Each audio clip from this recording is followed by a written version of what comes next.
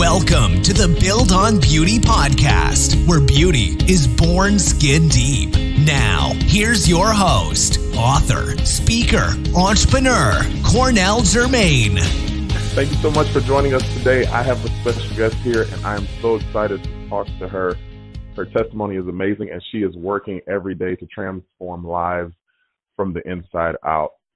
Please help me welcome author, speaker, CEO, fitness coach, mother, wife, and I'm sure this is, I don't know if it's a part of her title, but I call her also a preacher because she proclaims the word of God unapologetically. Help me welcome the one and only Taryn Tarver. How you doing, Taryn? Hi, I'm well. How are you? Good. I wanted to talk to you on the subject of fit for greatness. This is something that I think you are able to speak to from so many angles, because you have not only an amazing testimony, but the work that you do on a daily basis really just helps to uplift not only women, but mankind and being fit to fulfill purpose and to live the life of their dreams. I want to start, though, before we get into any of the details of what you do. I just want you to tell us a little. I've heard it of once, but I want you to share a little bit with our audience about your testimony, where you come from and how you came up from the young girl into being the wife and mother that you are today. Sure. Well, thank you for this opportunity, first of all. Very excited to be here and to be able to share. I've had an amazing journey. People see me now as, a lot of people know me as TNT. Those were my initials, Taryn Nicole Tarver. Then I got married to amazing man, Michael Walker. So Taryn Tarver-Walker, Tarver-Walker, but everybody calls me TNT a lot because, and I didn't realize God was forming me into being explosive, being powerful, being igniting people. But I've been called that since I was born, not knowing that I stepped into my true calling.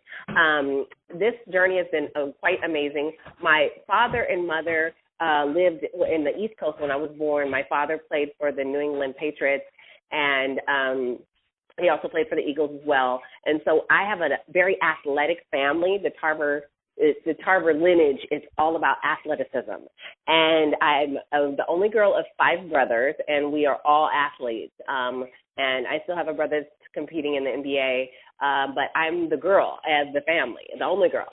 And I was the most troubled child out of all my parents. My parents didn't have any kids that wowed out. Now they probably wish they could have the trouble that I had. I did things that normal kids do, but, you know, for my parents, that was a bit much because everybody just kind of did what they were told. So I had the rebellious streak, or going through a lot of things as a child. I didn't really understand, who I was, and that the enemy really wanted to destroy me. And so I moved out at the age of 16 years old, but I was an athlete, and I was running track. I'd been running with the best of them, Marion Jones, Ingram Miller, you name it. I was running with them. I have all my friends are professional track athletes, and I kind of did it on my own when I was young. So I had that basis in me. So even as a young kid, when I moved out the house at 16 years old, I had to maintain a job. My track coach was the counselor, so he always pushed us about financial aid. He always pushed us to make sure that we made sure we got our degrees and different things. And I went through a lot of challenges. Having been molested when I was younger, my parents really didn't know kind of much about it or what to do per se. And then I went from 18 years old going through a rape. I went through a lot of things through that. I still persisted while I was out there, not really knowing who I was in Christ Jesus, but still having my gift making room for me. So I ended up going to a community college, and I ended up being married right around 18. It threw me into, you don't know what you're doing after you've already gone through so much. I got into a relationship, got married, had 3 kids by the time I was 23 years old. We're young and dumb is what I call it. We're good friends now, but it's so silly. We have 3 great kids, but had 3 children while I was running track, going to the University of Oregon, pressing my way, ended up going to grad school, working for ABC Television, the WB, their local affiliate called KEZI out there. And I ran track 5 weeks after my son was born. I'm breastfeeding. I got 3 bras on, my scarf. I'm doing my classes because school went back into session in January. It was January 5th, and I stepped foot back on that track, and I was in no way, shape, or form did anybody think I would succeed running track. Again, 3 children? Are you kidding me? I have, wife responsibilities. I've got homework. I've got, all these different things. All the odds were against me. They were against me way before, even when I moved out my parents' house. But God's hand was on me, and there was always something pushing me where I felt like there was nothing I could not do.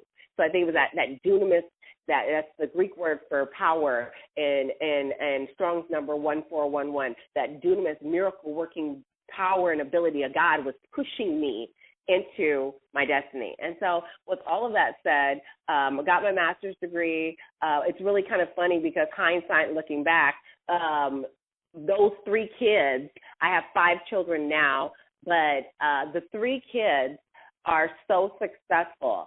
My son's playing football in Eugene, Oregon, right next to the college, University of Oregon. My daughter's going to college right next door to University of Oregon playing basketball. And my other daughter is a flight attendant. She's 22.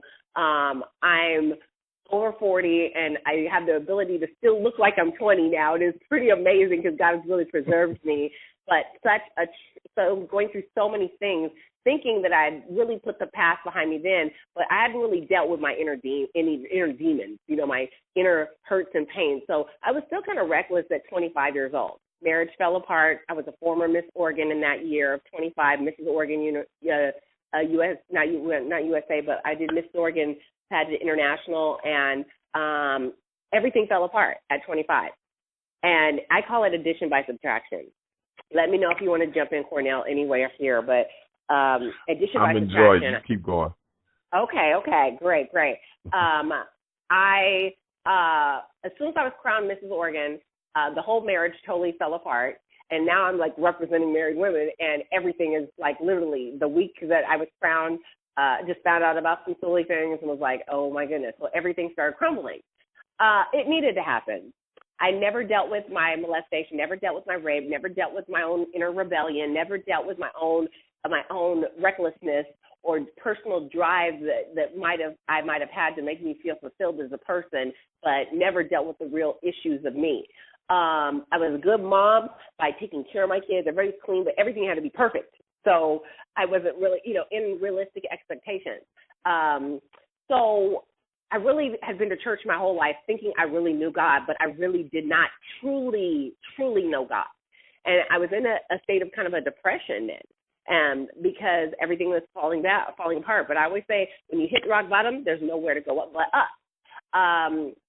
I ended up opening a hair, nails, and tanning salon in Oregon. Tanning is big out there. And I still worked at ABC Television, the WB, which is KZI affiliate. And I got laid off of my job. And I was like, are you kidding me? I was going through so much. I just bought a brand new house, had my second house built, hadn't even put renters in my other house. I just bought a brand new Lexus, and I'm like, God, are you serious? And the Lord came and showed me who he was. I really understood faith at this point in time because I went through the trials of him watching me. He said to me, Taryn, anything that I gave you, the devil cannot take from you. I really got saved. I was on a real mission of dealing with the inner me. I learned how to love my enemies. I learned how to forgive those who hurt me and harmed me. And I set out to walk in love. I made sure I bought them a Starbucks card. I made sure I hugged them. Part of the relationship falling apart from the ex-husband was, one of the girls at church had slept with my husband, and she was my friend, and it put a real rift into the church and everything else. I had to go, and God delivered me to where I could go hug her and talk to her, and I was really free, truly free. And I was pursuing destiny. I went to some Bible studies and some real healing and deliverance was going forth. And I was just focusing on myself, getting my mouth together, getting my attitude together, getting my insecurities together, getting my jealousy together, getting my bitterness and my rage, my parental resentment and all that stuff, who should have, could have, would have been there, getting my offenses, learning to not walk in offense. So I was in a 5-year incubator where I didn't date, talk, text, nothing, anybody. I was just me and the Lord. I was not permitted to at that time. And that's about the time it took to get me together. And the Lord was really working on me. And so I went through a long set of trials where then the enemy really tried to manipulate me. I got into another relationship, and he appeared to really love God, but there was some stuff there. He was an celebrity industry type guy, or what have you, out the country, tried out quite a bit. And so you don't really know what you got to get sometimes. And the day after I got married, he no longer was interested in me. I mean, totally disinterested. And I mean, I suffered for like 5 years, and I was like, God, what am I doing? And then one day he just sent a text and said, I no longer want to be married anymore. Hope you enjoy your life. And he took the money. He took everything. I'd stop working. I'd stop all my stuff. But what I didn't stop during that time was pursuing my 2 businesses I felt God gave me. One was Souls of Noble Character, and the other one was Women of Noble Character, WNC, my nonprofit organization. I had built the logos. I did all this stuff. I made shoes. I made clothing. I made all this stuff, and I didn't know what I was going to do with all this stuff. I held out conferences and everything, and I was doing health conferences and everything. I then went from 200 pounds down to like 140 pounds, and I was helping people get in shape during that time for free, not knowing that when he left the 6,000 square foot home and $10,000 a month, I didn't know how I was going to keep things. So I'm selling Sub-Zero refrigerators, classic cars, and everything, but there's not enough when it's $10,000 a month. So I ended up living homeless in my store, which was 600 square feet. I ended up having to still walk in love with this person, and it was okay. And then didn't want to see our 2 little sons, and one had nothing to really into taking care of them. Couldn't get any help with diapers, couldn't get any help with the light bill, nothing. So God said, rely on me. Do not rely on him. Don't ask anyone else. I am your provider. I ended up seeing a building. I drove by it, and it said for lease. And I said, that could be my building. And within 2 days, the lady rented to me. I went to the storage, put everything in here, hung up some stuff, and we started a business, started doing classes out on the lawn, and we were just helping people weight loss. And next thing you know, it turns into international, it turns into radio, it turns into our cookbook, it turns into more clothing stuff, it turns into speaking engagements. I'm also a pastor, so got to really go into the churches and talk about 3 John 1 and 2, that is God's desire for us to prosper and be in good health. Ended up doing a challenge, and God is so awesome because he showed me and led me to where I was going to live, and got a prophetic word that God was getting ready to move me, and I ended up getting a house right across the street from my store, being influential in just this neighborhood and connection. And God gave me an amazing, amazing man of God as a husband, Michael Andre Walker, who has changed my life. The kids are his kids. I believe they were totally his from the beginning. He loves the children. He loves his wife. He's an enhancer to my ministry and to his ministry. He was an attorney by trade, left everything from Pennsylvania, moved here for his wife and his kids, and God has just totally been a restorer of broken things. And it doesn't feel like it was hell because God was with me the entire time. So we help people to get their health together. We help people lose 40 pounds in 40 days. We help them without exercise. We help them to reverse health issues. I love when people say, I have diabetes. I'm like, by the time you're done with me in 50 days, you're not going to have diabetes. Watch. And they don't. And they come off their medications. And we educate people. And we do seminars. And then we go do prayer, healing, and deliverance seminars with people where they see the real power of God moving. So it has been an amazing journey, even in the making. I think eyes haven't seen nor ears have heard what God has in store and what he's getting ready to do and what he's doing right now. And I'm just so excited. I couldn't do it without my husband. It doesn't feel like I've ever been a day without him. He waited 43 years for me. We didn't even French kiss till the day that we got married. We were just doing God's work together as friends. And lo and behold, I was surprised that this person was the person for me. I would have never known God could put something together from Pennsylvania to here and have him come here as a guest speaker. We ended up getting engaged. A month later, we got married, and God has done so many amazing things. Yes. So very exciting, very exciting. So that's the short end of the story. It's an amazing story. And every time I hear it, I love it. But I want you to go back to one moment because I think there are a lot of young ladies and women who probably deal with that issue because you mentioned the molestation, the rape, and different things that happen. Yes. And I know in our community as African Americans, a lot of those things are hushed. You know, they're not talked about. Yes. For those girls Yes. or young women who maybe have experienced something like that, how did you go through that process of still? Because it sounds like, I know the hand of God was on you, it's no doubt, because for you to go through all of those things and still have that bounce back, it's like, but so many girls and young women don't know how. What would you suggest to them? I would suggest that, especially, whenever it happens, we go through a little shock phase or denial phase or whatever, but what I would say is make sure you connect with someone who is positive, who is understanding. I always think that anybody that's gone through those things definitely needs some healing and some deliverance. And because the enemy tries to attach things to us, and we try to deal with it by ourselves, but we really shouldn't, and we really need the Lord to help us through. And I've had to walk a lot of people through just confessions over themselves, who they are, what God has called them to be, the whole why factor, why did this happen to me? I look at Joyce Myers. I listened to a lot of Joyce Meyer back in the day, and, her father molested her for like 18 years, and she was in that environment, and she turned her pain into her testimony. It didn't make her bitter, made her better, but she went through her bitter stage.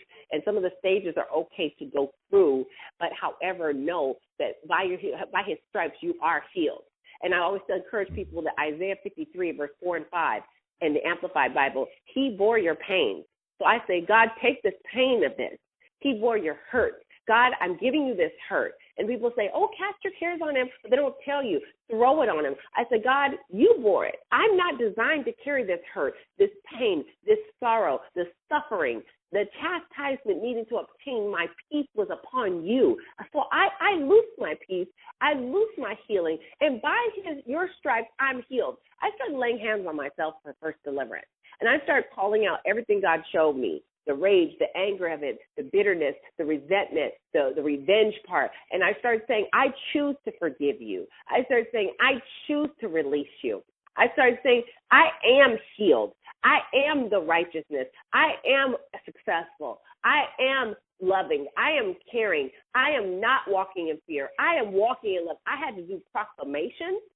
I had to get into my devotions seriously, and I had to find purpose still and do what I was called to do. When people find purpose, they'll stop looking and blaming other people and making excuses. Oh, it was because I was molested. Well, there's a lot of people that have been molested, and they've still been successful. We have to press past it, and we have to also deal with it, and we have to make it where it's like third party. So when I actually talk about it a lot of times, it's like I'm talking about a person that is already delivered and healed and set free, because I am. I've really given it to God, and I learned how to throw it off of me and throw it off my shoulders and give it to God and call myself healed. I am healed. I know what happened to me was terrible, but I know what God has done with it is exceptional, and it's awesome, and it's helping others, and it's setting other people free, and I don't have to stay bound by this experience. So loving the person who even did that can be tough. You have to say it with your words. Your forgiveness is not about a feeling. It is a choice. I choose to release you. I choose to forgive you.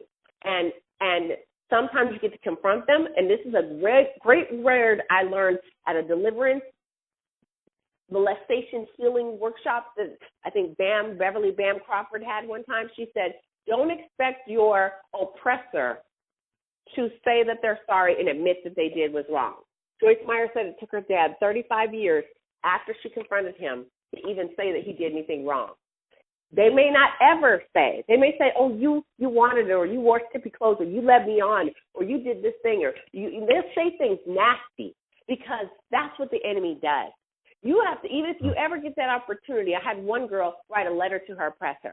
She didn't see him for 5 years later. He molested her when she was 7 years old starting, and then brought his friend over while everybody's asleep in the house. She was 7 years old. Then his brother came too and molested her too in the house. And this will go on periodically in the middle of the night. And her parents, nobody even knew. She didn't tell anybody. Her mother died and her mother never knew. But the Lord prophetically allowed me to know, and we began to deal with the process. And when we went back for a funeral for her father, one of her family members, I had said, in case you see him, write a letter. So she wrote the letter, and she had a lot of emotions just by writing the letter of deliverance and releasing the person. But it wasn't until 3 or 4 years later when her father died that she was there. Nobody else was there. She was standing at the door waiting for her cousin to park, and the guy walked up. And she said, he talked to her like normal, like she didn't remember.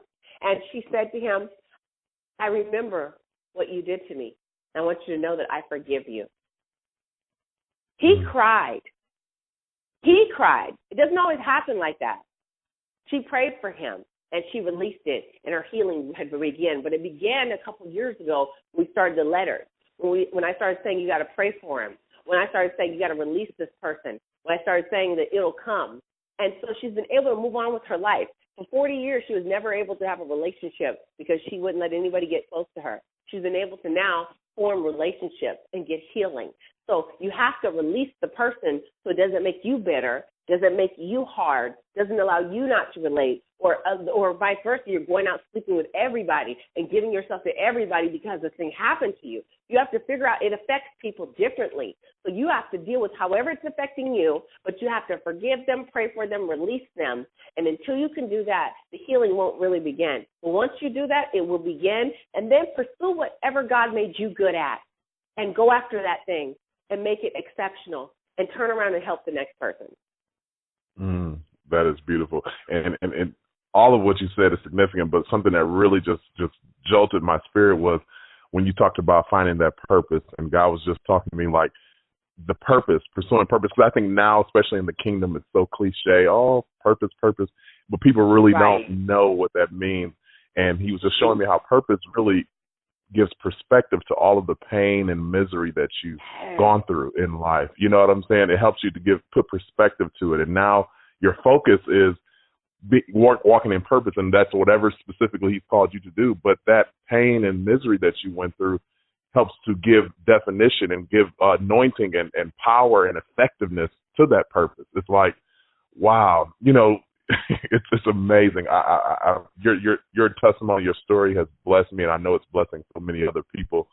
And I want to say personally, on behalf of them, thank you for continuing in the journey and not giving up. Because if you had given up, there are probably thousands, hundreds of thousands of women who probably, and men for that matter, who probably would not have found their place, So thank you for your tenacity and your bounce back, Awesome. On the subject of fitness, because I can't let you get out of here without talking about some health and fitness stuff, because that is just one of your expertise.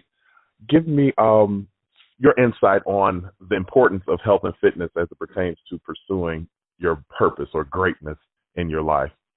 Well, one of the things that I found, too, is when I was going through the divorce and everything that I was experiencing, that, people say if you exercise and if you're exercising in the middle of your pain, it'll help you through because it releases endorphins and different things. And while it's releasing endorphins, it's also helping you. It's also helping you to cope with whatever you're dealing with. So when you're coping with whatever you're dealing with, your exercising actually is making it actually feel like a bliss. They say that, the endorphins are released, and those are happy. It makes you feel happy. So when you exercise in spite of what you're going through and you work your way through, it doesn't feel like it's so bad. And I remember I was exercising people when I was going through the divorce and I was going through the pain of everything. I was going through the hurts of everything, and I didn't know quite what I was going to do. I know that as I was working people out, that God allowed me to kind of just feel happier. I wasn't focusing on all the real situations that I was dealing with. So everybody who's on this radio listening to this, if you're not exercising, saying I don't have time, I'm too tired, and all those different things, you got to start you somewhere. So if you start your exercising and you start your plan, you start getting your health together, you start getting your weight together, it will allow you to be able to work through everything else you're dealing with. I would still get up at 5 in the morning. I would get up and do my Bible studies. I would get up and exercise. I would have another person I exercise for free at 8 o'clock. I had another person at 12 o'clock, and I would work out with them. And it took me about 4 months before some of my clients realized that my husband at the time was not there anymore. And they were like, wait, what's going on? And I said, well, he sent a text message. He no longer wants to be married. And he took the money, and he's gone, and I owe $10,000 a month, and I'm just figuring it out. They said, we would have never known because I didn't share it. I wasn't talking to everybody about it, but I was going through hurt and pain at the time. But at the time, I was working out, helping other people, and I found my purpose in the midst of it because my fitness thing actually helped me to deal with real-life issues. And so not only was my health being restored, I was helping other people. So I think people start going inward and stop helping people when they're going through hurts and pains. But if you're dealing with something, continue to help other people, and it helps you discover what your purpose is. So the fitness has a bilateral plan. It works everywhere. It works universal. It's not just about you. You improve your health, somebody else sees you. They say, how can I improve my health? What did you do? It becomes a testimony. You tell one person and they tell another person. I can't tell you the thousands of people I've been able to help now through weight loss, through exercise, through health talks. So all these things are essential because right now, if you don't do something about your health, it's only a matter of time before you have to do something about your health because they have designed everything to all the sugars, the insecticides, the pesticides, the hormones, all the stuff in the food. It is designed to take you out. It's not a matter of if you're going to get diabetes, it's when you get diabetes. It's not a matter of if you're going to get cancer, it's when later on because all the acid in the foods are tearing up our bodies. So you got to learn what's the right water to drink. What's the right foods I can eat? Can I reverse this? Can I reverse what's going on? Can I reverse what is going on inside my body? And the truth is, yes.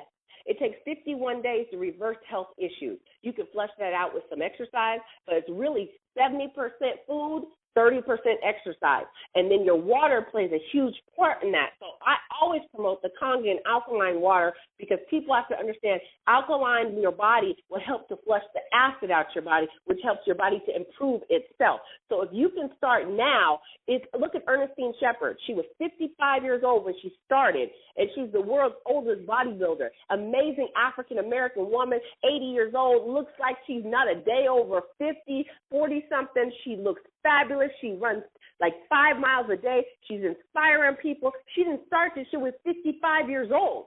So you can start now and flush that stuff out and learn how to eat good. I have a cookbook. It's called Soul's HCG, Sugar-Free, Oil-Free Cooking. So Soul's Sugar-Free, Oil-Free Cooking by Taryn Tarver-Walker. And I show people how to cook healthy meals on a regular basis. You can eat as much as you want. Just make sure you're eating the right thing and that you're combining some kind of exercise with that. Yes. Wow. Amazing. So one key tip for someone starting out, what is one thing that you absolutely would say they would have to do in order to start seeing results in their weight loss? Well, I tell a lot of people to cut out your bread, rice, pasta, potatoes, and sweets. So if you really have an issue, just for a moment. Give it like 40 days.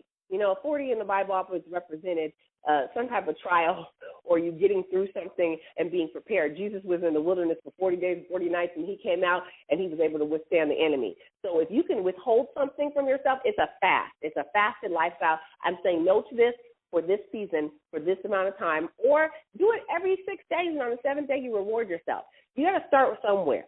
Cut out the bread, rice, pasta, potatoes, and sweets. Put yourself on an eating regimen. Just do it as a fast. I would just say cut those things out. Get rid of the soda. That's a no. Soda, there's 22 packets of sugar in 1 can of soda. It takes 3 gallons of alkaline water to flush out 1 can of soda. And people say, why do diet? Wow. Okay, so you want cancer then?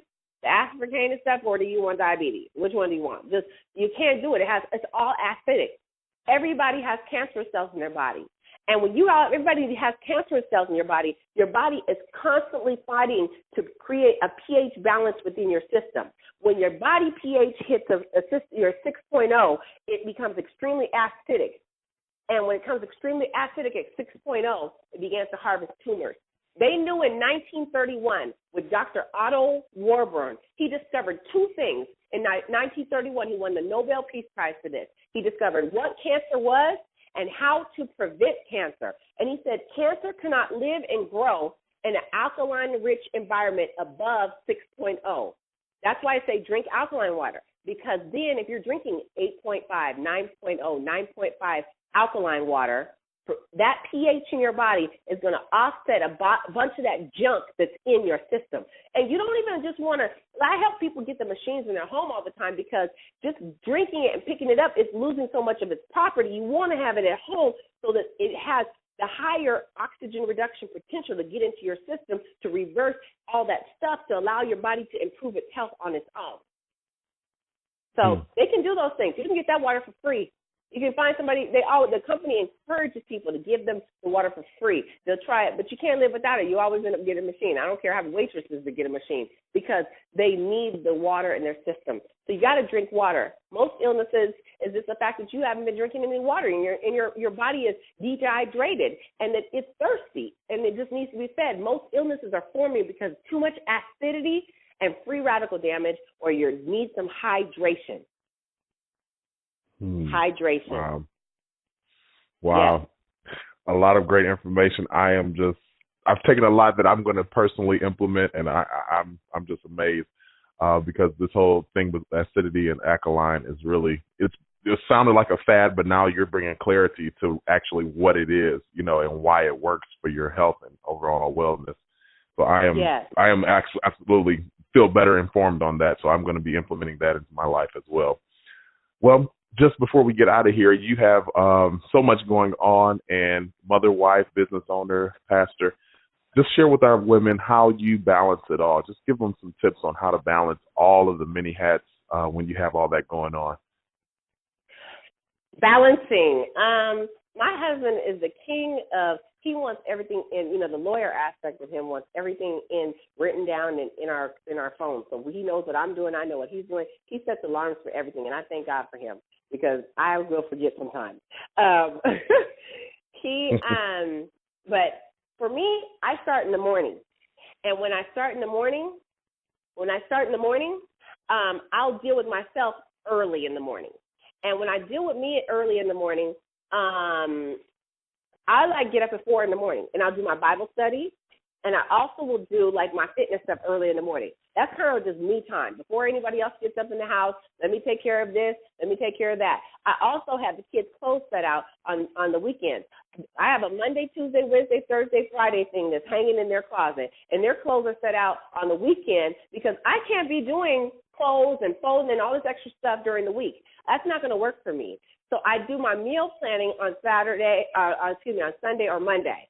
So I do all the cooking on those days. So it's easy for me. Even if I have the ground turkey made up in there, or if I have the chicken ready or what have you, I've got all that stuff already ready to go. Because we have soccer on Tuesdays and Thursdays. Saturdays we have practice. I got, sometimes we're flying to Oregon. We got the big kids out there in college. We have to go see the big kids too. They have needs. We do ministry counseling appointments sometimes. We have speaking engagements. I have one tonight in Encino at 7 o'clock. Got to get a babysitter. Still got to get homework done. I've still got to be a wife. Still got business to run. Somebody called in sick at the office today, so I'm in the office right now. I got clients sitting around here looking at me, and they're listening to this, and they're loving it. So I got people walking in as we're talking it. And in the midst, I'm just juggling and balancing it. So really prayer, my relationship with God stabilizes me to be able to balance myself and get it together.